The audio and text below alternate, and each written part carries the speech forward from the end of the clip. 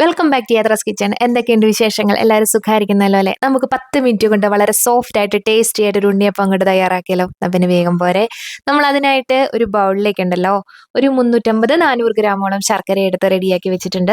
നമുക്കപ്പോൾ അതിനെ ഒന്ന് മെൽറ്റ് ചെയ്തെടുക്കാം. അതിനായിട്ട് അടുപ്പത്തോട്ട് വെച്ച് കൊടുത്തിട്ടുണ്ട്. 1.5 കപ്പ് വെള്ളമാണ് ഞാനിവിടെ ഒഴിച്ചു കൊടുത്തിരിക്കുന്നത് കേട്ടോ. അപ്പം നമുക്ക് ആ പാനിക്ക് ആവശ്യത്തിനുള്ള വെള്ളം തന്നെയാണ്, ഇത്രയും തന്നെ നമുക്ക് വേണം. അപ്പോൾ അതൊന്ന് റെഡി ആവട്ടെ, ഒന്ന് ഇളക്കി കൊടുത്തോണ്ട് ഇടയ്ക്ക് കേട്ടോ. അപ്പം ഇനി ഒരു പാത്രത്തിലേക്ക് നമ്മൾ 1 കപ്പ് അരിപ്പൊടി, അതായത് നമ്മുടെ അപ്പത്തിന്റെ പൊടി ഉണ്ടല്ലോ, ഇടിയപ്പത്തിന്റെ ഒക്കെ പൊടി, അതാണ് ഇട്ട് കൊടുത്തിരിക്കുന്നത്. 1/2 കപ്പ് മൈദ ഇട്ട് കൊടുത്തിട്ടുണ്ട്. പിന്നെ വേണ്ടത് 1/2 കപ്പ് ഗോതമ്പ് പൊടിയാണ്. പിന്നെ ഒരു സ്വല്പം ഉപ്പ്. അത് നമുക്ക് മധുരം ബാലൻസ് ചെയ്യാനായിട്ട് ചേർത്ത് കൊടുക്കുന്നതാണ്. ചിലർ ചേർത്ത് കൊടുക്കാറുണ്ട്, ചിലർ കൊടുക്കാറില്ല. അങ്ങനെ നമുക്കിതെല്ലാം കൂടെ ഒന്ന് മിക്സ് ചെയ്ത് റെഡിയാക്കി വെക്കാം. ഇനി നമ്മുടെ ശർക്കര പാനി ഇത് കണ്ടോ, എല്ലാം നല്ല രീതിയിലൊന്ന് മെൽറ്റ് ചെയ്ത് വന്നിട്ടുണ്ട്.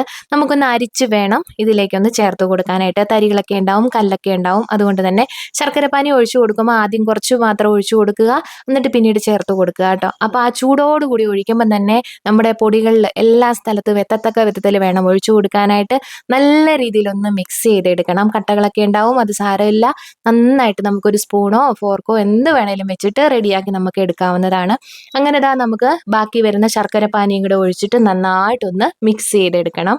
നിങ്ങൾക്ക് വേണമെന്നുണ്ടെങ്കിൽ ഒരു സ്വല്പം റവയും കൂടെ ചേർത്ത് കൊടുക്കാം, ആവശ്യമൊന്നുമില്ല, ഇത് തന്നെ ധാരാളമാണ്. അങ്ങനെ നമ്മളെല്ലാം ഒന്ന് റെഡിയാക്കി എടുത്തിട്ടുണ്ട്. ഇനി നമുക്ക് അതിൻ്റെ കട്ടകൾ പോകാനായിട്ട് എളുപ്പമാണ് ഇതുപോലെ ഒരു വിസ്ക് വെച്ചിട്ട് നന്നായിട്ടൊന്ന് മിക്സ് ചെയ്തെടുക്കുകയാണെന്നുണ്ടെങ്കിൽ. അതുകൊണ്ടാണ് ഞാൻ ഈ വിസ്ക് വെച്ചിട്ട് തന്നെ ഒന്ന് റെഡി ചെയ്തെടുത്തത് കേട്ടോ. കാരണം സ്പൂൺ വെച്ചിട്ട് എടുക്കുമ്പോൾ എത്രയാണെങ്കിലും അതിൻ്റെ അകത്ത് ചെറിയ ചെറിയ കട്ടകൾ ഉണ്ടാവും. എങ്ങനെയാണെങ്കിലും കുഴപ്പമൊന്നുമില്ല, നമുക്ക് കൈ വെച്ചിട്ട് ചെയ്യാവുന്നതേ ഉള്ളൂ.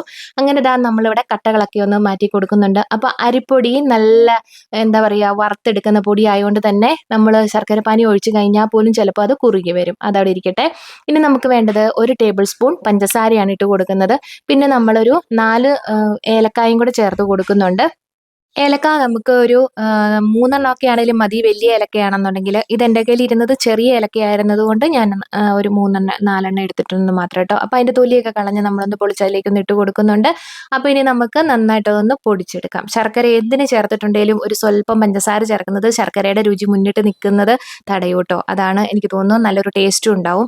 അങ്ങനെ നമ്മുടെ ബാറ്ററൊക്കെ വീണ്ടും കുറുകിയിട്ടുണ്ട്, അത് സാരമില്ല, നമുക്ക് സെറ്റ് ചെയ്തെടുക്കാം. അങ്ങനെ നമ്മുടെ പഞ്ചസാരയും ഏലക്കായും കൂടിയുള്ള പൊടി അതിൻ്റെ അകത്തേക്ക് ചേർത്ത് കൊടുക്കുന്നുണ്ട്.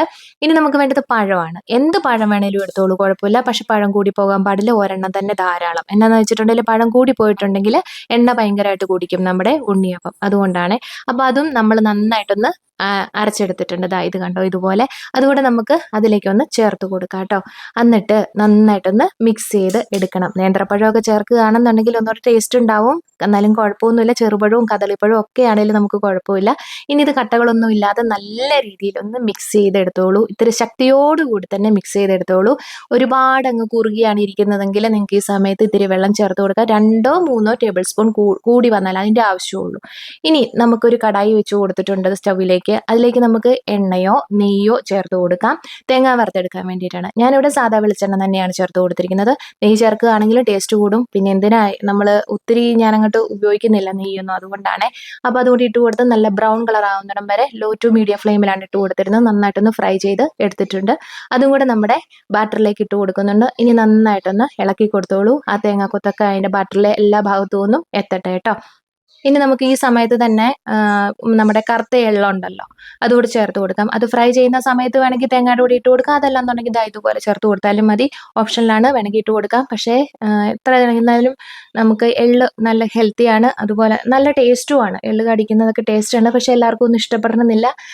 അതുകൊണ്ടാണ് ഓപ്ഷനിലാണെന്ന് പറഞ്ഞത്. വേണമെങ്കിൽ ചേർത്ത് കൊടുത്താൽ മതി. നമുക്കൊരു 1/4 ടീസ്പൂൺ ബേക്കിംഗ് സോഡയും കൂടെ ചേർത്ത് കൊടുക്കാം. ഏറ്റവും ലാസ്റ്റ് നമ്മൾ ഉണ്ടാക്കുന്ന സമയത്ത് മാത്രമാണ് ബേക്കിംഗ് സോഡ ചേർത്ത് കൊടുക്കേണ്ടത്.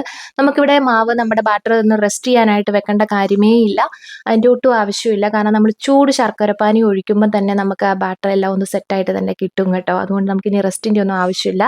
അതുകൊണ്ടാണ് ഏറ്റവും ലാസ്റ്റ് നമ്മൾ ബേക്കിംഗ് സോഡയും കൂടെ ചേർത്ത് കൊടുത്ത് നന്നായിട്ട് മിക്സ് ചെയ്തെടുക്കണം. ആ മാവിൻ്റെ അല്ലെങ്കിൽ ബാറ്ററിൻ്റെ എല്ലാ സൈഡിലും ആ ബേക്കിംഗ് സോഡ എല്ലാം ഒന്ന് എത്തണം. ആ രീതിയിൽ നമ്മളൊന്ന് റെഡിയാക്കി നമ്മൾ എടുത്തിട്ടുണ്ട്. അപ്പോൾ അതായത് കണ്ടോ ബാറ്ററിൻ്റെ ഒരു തിക്നെസ് ഒക്കെ കണ്ടല്ലോ അങ്ങനെ. ഇനി നമുക്ക് ഉണ്ണിയപ്പച്ചട്ടി അടുപ്പത്തോട്ട് വെച്ച് കൊടുത്തിട്ടുണ്ട്. എണ്ണ ഒഴിച്ച് കൊടുത്തോളൂ. വെളിച്ചെണ്ണയോ നെയ്യോ എന്ത് എണ്ണ വേണേലും ഉപയോഗിച്ച് കൊടുക്കാം. ഞാൻ റൈസ് ബ്രാൻഡ് ഓയിലാണ് ഇവിടെ ചേർത്ത് കൊടുത്തിരിക്കുന്നത്. അപ്പം വെളിച്ചെണ്ണയൊക്കെ നല്ല ടേസ്റ്റ് ഉണ്ടാവും. പിന്നെ ഒത്തിരി ദിവസം വെക്കാൻ പറ്റത്തില്ലെന്ന് മാത്രം വെളിച്ചെണ്ണയിൽ നമ്മൾ ഉപയോഗിക്കുകയാണെന്നുണ്ടെങ്കിൽ. അപ്പോൾ അതുകൊണ്ട് തന്നെ എങ്ങനെയാണെങ്കിലും കുഴപ്പമില്ല. ഞാനിപ്പോൾ കുറച്ച് മാത്രമേ ഉണ്ടാക്കിയിട്ടുള്ളൂ. ഞാൻ സാധാരണ റൈസ് ബ്രാൻഡ് ഓയിലാണ് യൂസ് ചെയ്യാറ്. അതുകൊണ്ടാണ് കേട്ടോ ഇട്ട് കൊടുത്തിരിക്കുന്നത്.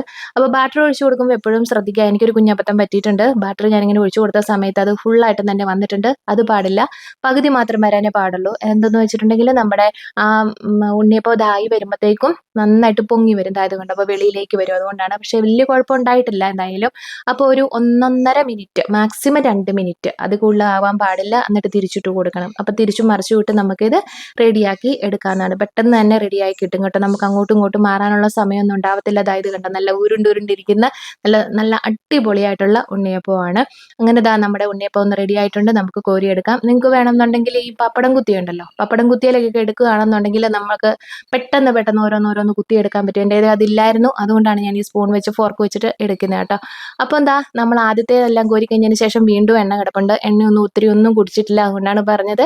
നമുക്ക് നമ്മുടെ ബാറ്റർ കറക്റ്റ് ആയിരുന്നു. അത് മാത്രമല്ല പഴമാണെങ്കിലും നമ്മൾ ഒരെണ്ണം മാത്രമേ ചേർത്തിട്ടുള്ളൂ. അതുകൊണ്ട് പഴമൊക്കെ ഒരുപാട് ചേർത്ത് കഴിയുമ്പോഴാണ് എണ്ണ വല്ലാണ്ട് കുടിക്കുന്നത്. അങ്ങനെ രണ്ടാമത്തെ നമ്മൾ കോരി എടുത്തിട്ട് വീണ്ടും എണ്ണ കിടപ്പുണ്ട്. അപ്പം നമുക്ക് ഇനിയും ഉണ്ടാക്കാനുള്ളത് ബാക്കി കിടക്കുകയാണ്. എങ്കിൽ നമുക്ക് എന്തായാലും ഒന്ന് മുറിച്ച് കാണിക്കണമല്ലോ. അങ്ങനെ ഉണ്ടാക്കിയ സാധനം ഒന്ന് മുറിച്ച് കാണിച്ചത് ഇത് കണ്ട നല്ല അടിപൊളി സോഫ്റ്റ് ആയിട്ടുള്ള ഉണ്ണിയപ്പം അത് കണ്ടിട്ട് തന്നെ തോന്നില്ലേ? അതുപോലെ തന്നെയാണ്. വളരെ ടേസ്റ്റിയാണ്. ഒരു രക്ഷയില്ലാത്ത കിടിലൻ രുചിയാണ്. വെറും 10 മിനിറ്റ് നമുക്ക് പെട്ടെന്ന് തയ്യാറാക്കി എടുക്കാൻ പറ്റും. അപ്പോൾ വീഡിയോ ഇഷ്ടമായെങ്കിൽ ലൈക്ക്, ഷെയർ, സബ്സ്ക്രൈബ്, ഹൈപ്പും കമൻറ്റ് ചെയ്യാൻ മറക്കണ്ട.